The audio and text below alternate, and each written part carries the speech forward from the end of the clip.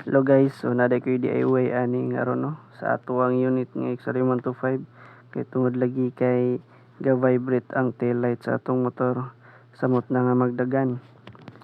Og sa nakaibaw na ani pwede na to i-scroll ang video no kay para ra ni sa wala nakaibaw ani. So naday tay tail light socket diya.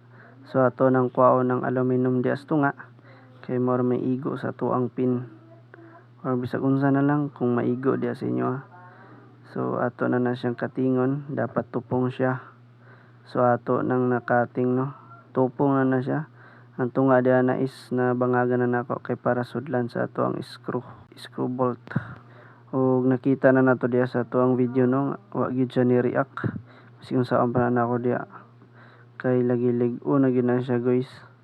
Kita na to sa ilawom guys na siya guys. Ato nang ibutang screw para dili siya matagak og lig-on siya guys.